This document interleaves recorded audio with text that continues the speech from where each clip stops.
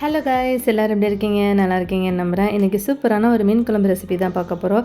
கண்டிப்பாக டிஃப்ரெண்ட்டாக இருக்கும், சூப்பரான டேஸ்ட்டாக செம்மையாக இருக்கும். கண்டிப்பாக நீங்கள் ட்ரை பண்ணி பாருங்கள். ரெஸ்டாரண்ட் ஸ்டைலில் சூப்பராக செம்மையாக இருக்கும். வீடியோவை ஸ்கிப் பண்ணாமல் பாருங்கள். எல்லோரும் வீடியோ பார்க்குறீங்க, சப்ஸ்கிரைபும் லைக்கும் போட்டுட்டு கமெண்ட்ஸும் பண்ணுங்கள். வாங்க வீடியோக்குள்ளே போகலாம். வலை மீனுன்னு சொல்லுவாங்கள்ல, அந்த மீன் தான். துண்டு போட்டு மீனை க்ளீன் பண்ணி வச்சாச்சு. நார்மல் மீனில் கூட செய்யலாம், துண்டு மீனில் செய்யும்போது கொஞ்சம் பார்க்குறதுக்கு நல்லாயிருக்கும். அதனால தான் மசாலா தடவிடலாம். ஃபஸ்ட்டு ஒரு அரை டீஸ்பூன் மிளகாய்த்தூள், 1/4 டீஸ்பூன் மஞ்சள் தூள், உப்பு கொஞ்சமாக சேர்த்துருக்கேன். ஏன்னா நம்ம குழம்புல சேர்ப்போம். ஃபஸ்ட்டு மீனை மசாலா தடவி ஒரு அரை மணி நேரம் ஊற வச்சிடலாம். கொஞ்சமாக தண்ணி சேர்த்து மசாலா தடவிக்கலாம்.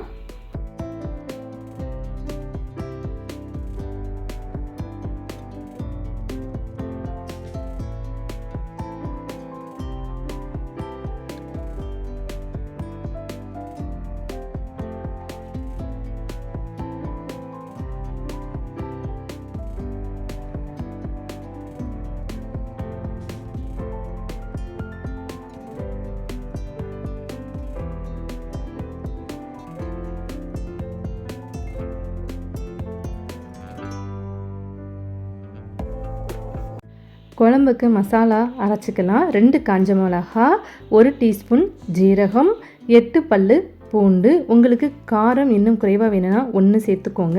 ஏன்னா பச்சை மிளகா சேர்ப்போம், மிளகாய்த்தூள் சேர்த்துப்போம். கொஞ்சமாக வறுபட்டதும் ஸ்டவ்வை ஆஃப் பண்ணிவிட்டு மிக்ஸி ஜாருக்கு மாற்றி அரைச்சி எடுத்துகிட்டு வந்துடலாம்.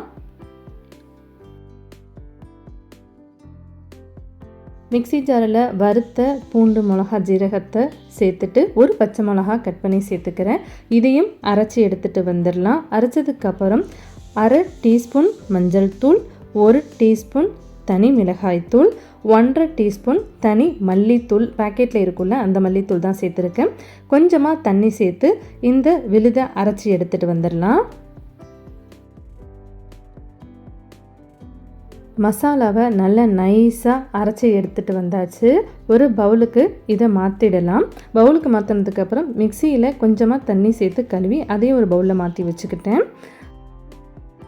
ஸ்டவ் ஆன் பண்ணி கடாய் வச்சுட்டு 3-4 டேபிள் ஸ்பூன் எண்ணெய் சேர்த்துருக்கேன். எண்ணெய் சேர்த்ததுக்கப்புறம் ஒரு பெரிய வெங்காயம் மிக்சியில் கட் பண்ணி அரைச்சி விழுதாக வச்சுருக்கேன். அதை அந்த எண்ணெயில் சேர்த்து நல்லா வதக்கி விட்டுக்கலாம். எண்ணெயில் நல்ல வெங்காயம் ஸ்லோ ஃப்ளேம்லேயே வதங்கட்டும், கருகக்கூடாது. அதனால் ஸ்லோ ஃப்ளேம்லேயே வதங்கி வரத்துக்குள்ளேயே மீன் நம்ம மசாலா தடவி வச்சுருக்கதை வறுத்து எடுத்துகிட்டு வந்துடலாம். ஏன்னா மீன் ரொம்ப வறுக்க போகிறதில்ல, நமக்கு லேசான வறுவல் இருந்தால் போதும். கடாய் வச்சுட்டு ஒரு 3 டேபிள் ஸ்பூன் எண்ணெய் சேர்த்து எண்ணெய் சூடு வந்ததும் மீனை வறுத்து எடுத்துக்கலாம். ஒரு பீஸாக போட்டுக்கலாம்.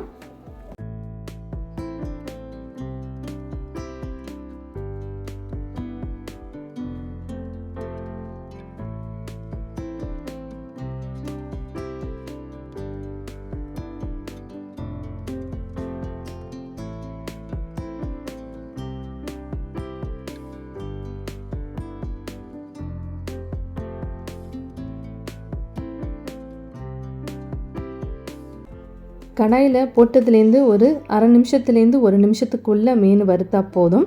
ஏன்னா ரொம்ப வறுத்தோன்னா நமக்கு மீன் குழம்பு ருசி நல்லா இருக்காது. நமக்கு பார்க்கும் போதே தெரியும். இந்த அளவுக்கு கரெக்டாக இருந்தால் போதும். 2 சைடும் ஒரே கலரில் ஒரே மாதிரியே பார்த்து பொரித்து எடுத்துக்கோங்க.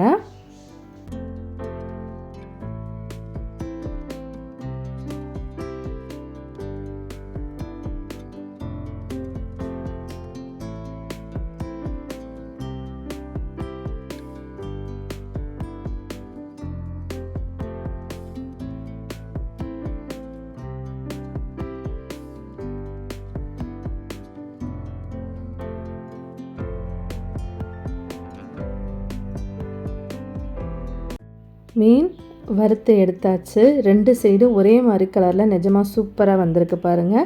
இந்த பதம் தான் கரெக்டாக இருக்கும் குழம்புக்கு. ஒரு பிளேட்டுக்கு மாற்றிட்டு நம்ம இப்போ குழம்பு ரெடி பண்ண போயிடலாம். ஏற்கனவே வெங்காயம் வதக்கி வச்சிட்ருக்கோம். இந்த அளவுக்கு வதங்கி வந்தால் போதும். வெங்காயம் வதங்குற நேரம் தான் மீன் பொரிக்கணும்.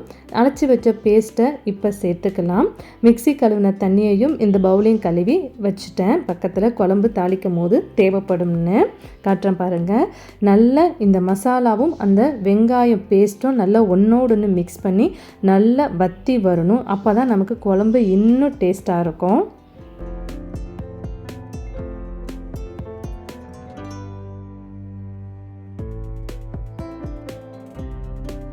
வெங்காயமும் மசாலா பேஸ்ட் அரைச்சதும் ஒன்றோடு ஒன்று மிக்ஸ் பண்ணி எண்ணெய் பிரிஞ்சு வரும்போது கசூரி மேத்தி 1 டீஸ்பூன் சேர்த்துருக்கேன். நான் வாங்கின பேக்கெட்டில் வெந்நீரில் போட்டு வடிகட்டி தான் சேர்த்துக்க சொல்லியிருந்தாங்க. அதனால தான் நான் பேக்கெட்டில் போட்டிருந்த மாதிரி வடிகட்டி 1 டீஸ்பூன் கசூரி மெத்தி சேர்த்துருக்கேன். கசூரி மெத்தி சேர்க்கும் போது ஃப்ளேவரும் டேஸ்ட்டாக சூப்பராக இருக்கும்.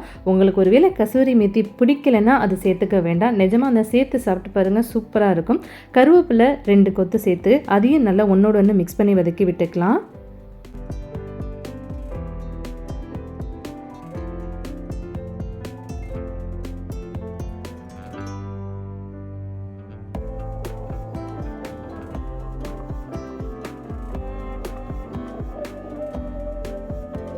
மசாலா நல்லா வதங்கி வந்ததுக்கப்புறம் மசாலா தண்ணியை சேர்த்துட்டு 1 கப்பு தண்ணி சேர்த்து நல்லா கலந்து விட்டு கொதிக்க வச்சுக்கலாம்.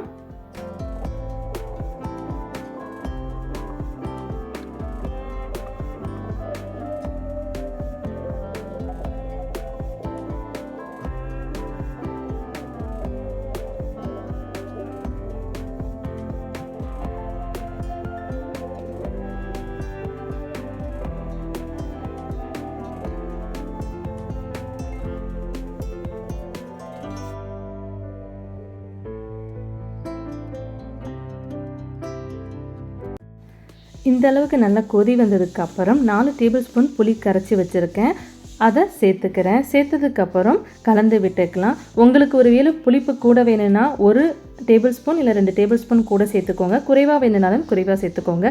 தேங்காய் பால் ஒரு 85 ml திக்கு பாலாக புழிஞ்சு வச்சுருக்கேன், அதையும் சேர்த்து ஒன்றோடு ஒன்று கலந்து விட்டுட்டு கொதிக்க விடலாம். குழம்பு எந்த அளவுக்கு கொதித்து வற்றி வந்திருக்கு பாருங்கள். தேங்காய் பால் புளி சேர்த்ததுக்கப்புறம் ஒரு 5 நிமிஷம் போல் கொதிக்க விடுங்க.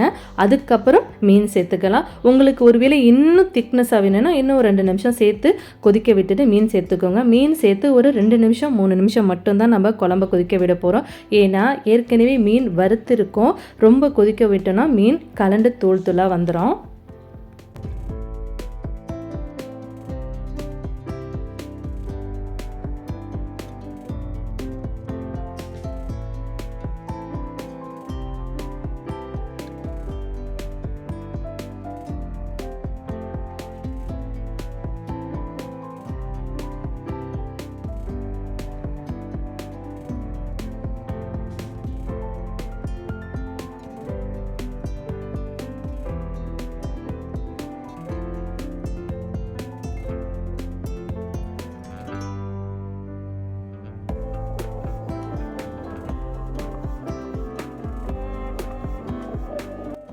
மீன் குழம்பு சூப்பராக ரெடி ஆயிடுச்சு. பார்க்கறதுக்கே எவ்வளோ அழகாக சூப்பராக இருக்குது பாருங்கள். எண்ணெய்லாம் பிரிஞ்சு திக்காக சூப்பராக இருக்கும். ரொம்ப பொருள் தேவையே இல்லை. வெங்காயமும் மசாலாவும் மட்டுமே போதும். ஆனால் செய்கிற பக்குவத்தை கரெக்டாக பார்த்து செய்யணும். வீடியோவை ஸ்கிப் பண்ணாமல் பாருங்கள். செஞ்சு பார்த்துட்டு எப்படி வந்திருக்குன்னு எனக்கு மறக்காமல் கமெண்ட்ஸில் சொல்லுங்கள். எனக்கு எப்போதுமே பிடிச்ச மல்லிக்கீரையை அழகாக மேலோரமாக தூவி விட்டுட்டு சுடு சுடு இருக்கிற சாதத்தோடு வச்சு சாப்பிட்டா சூப்பராக இருக்கும். வீடியோ பிடிச்சிருந்துச்சுன்னா லைக் பண்ணுங்கள், ஷேர் பண்ணுங்கள், கமெண்ட் பண்ணுங்கள், சப்ஸ்கிரைப் பண்ண மறக்காதீங்க. வீடியோ பார்த்ததற்கு நன்றி.